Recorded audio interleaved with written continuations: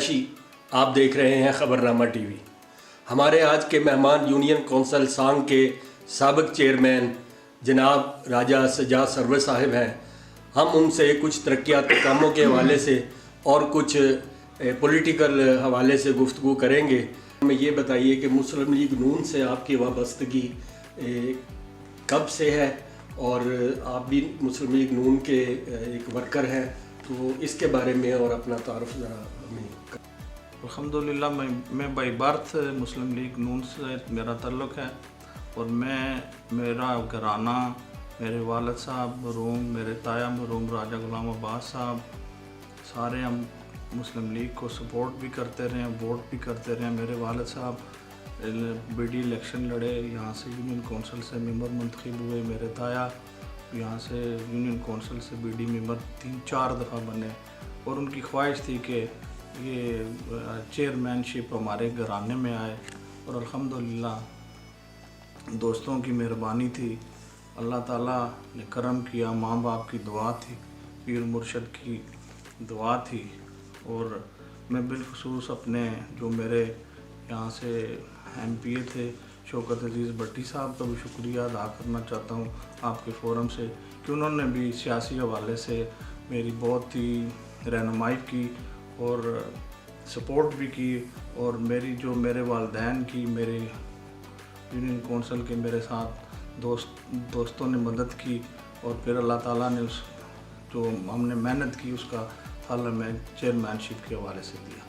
مسلم league نون کے دور حکومت کے بعد اور دور حکومت میں بڑے نشیب و فراز آئے، تو آپ یہ بتائیے کہ اب نواز شریف کا جو بیانیہ ہے آپ اس کے ساتھ ہیں، اور موجودہ حکومت کے حوالے سے اس کی کارکردگی کے حوالے سے ذرا آپ بات کیجیے۔ نشیب و فراز کی جو آپ بات کر رہے ہیں، یہ تو میاں صاحب کو ملک ترقی کی طرف جو گامزن کیا اس کی سزا دی جا رہی ہے۔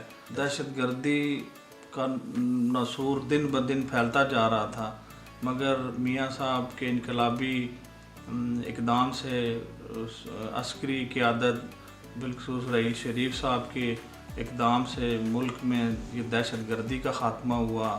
میں حکومتی ترجمانوں سے یہ پوچھنا چاہتا ہوں کہ یہ آپ غریب عوام سے پوچھیں کہ 2 وقت کی روٹی وہ کس طرح کماتے ہیں۔ بجلی کا بل، گیس کا بل، دالیں، آٹا، چینی، پٹرول، کوئی چیز ایک بتا دیں کہ آپ کی دور حکومت میں کوئی چیز سستی ہوئی ہو۔ آپ سروے کر لیں، آپ سروے کریں، ایک غریب ریڑھی والے سے پوچھیں، مزدور سے پوچھیں، سفید پوش سے پوچھیں کہ پچھلے دور حکومت میں اور اس دور حکومت میں مہنگائی کی ریشو کس حد تک بڑھی ہے۔ میں مسلم لیگ کے کارکنوں کو ایک پیغام دینا چاہتا ہوں کہ یہ گرم ہوائیں پہلے بھی چلتی رہی ہیں اور اب بھی چل رہی ہیں، آپ لوگ متحد رہیں۔ انشاءاللہ تعالیٰ میاں نواز شریف صاحب دوبارہ وطن واپس آئیں گے، وہی ترقی کا سفر جہاں پہ رکا تھا انشاءاللہ تعالیٰ وہاں سے شروع ہوگا، اور انشاءاللہ تعالیٰ ملک ترقی کرے گا۔